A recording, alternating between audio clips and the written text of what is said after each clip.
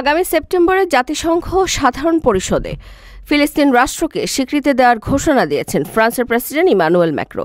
তিনি বলেন, এটি মধ্যপ্রাচ্যে ন্যায়সঙ্গত ও স্থায়ী শান্তির লক্ষ্যে একটি ঐতিহাসিক পদক্ষেপ। সৌদি আরব এই ঘোষণাকে স্বাগত জানিয়ে বলেছে, ফিলিস্তিনিরা 1967 সালের সীমান্ত এবং পূর্ব জেরুজালেমকে রাজধানী করে স্বাধীন রাষ্ট্র গড়ার অধিকার রাখে।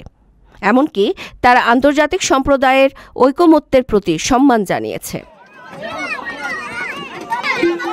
ফিলিস্তিনে চলমান ইসরায়েলি হামলায় হাজারো প্রাণহানি এবং বাস্তুচ্যুত মানুষ নিয়ে বিশ্ববাসীর উদ্বেগ বাড়ছে। আন্তর্জাতিক আদালতে ইসরায়েলের বিরুদ্ধে যুদ্ধাপরাধের মামলা চলছে। সৌদি আরব অন্যান্য দেশকেও ফিলিস্তিনি রাষ্ট্রকে স্বীকৃতি দিতে আহ্বান জানিয়েছে।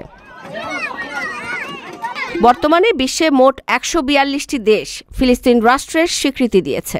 তবে মার্কিন পররাষ্ট্রমন্ত্রী মার্কো রুবিও এই পদক্ষেপকে তীব্র সমালোচনা করেছেন। তিনি বলেছেন, ফ্রান্সের এই সিদ্ধান্ত হামাসের প্রচারণার হাতিয়ার এবং 7 অক্টোবরের হামলার শিকারদের মুখে চপেটাঘাত। ইসরায়েলের প্রধানমন্ত্রী বেনিয়ামিন নেতানিয়াহু বলেছেন, ফিলিস্তিনি রাষ্ট্রের স্বীকৃতি সন্ত্রাসকে পুরস্কৃত করা এবং ইসরায়েলের অস্তিত্বের জন্য হুমকি। তিনি আশঙ্কা প্রকাশ করেন, এটি গাজা অঞ্চলের মতো আরেকটি সন্ত্রাসপ্রবণ প্রদেশ সৃষ্টি করতে পারে।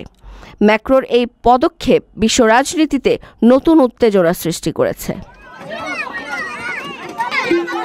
প্রিয় প্রবাসী, আপনার নিরাপদ ভবিষ্যতের জন্য অর্ধেক দামে আজই ফ্ল্যাট বুকিং করুন। ঢাকায় প্রবাসী সিটি দিচ্ছে সীমিত সময়ের স্পেশাল অফার। জমি ও ফ্ল্যাট একসাথে। যোগাযোগ করুন স্ক্রিনে দেওয়া নম্বরে।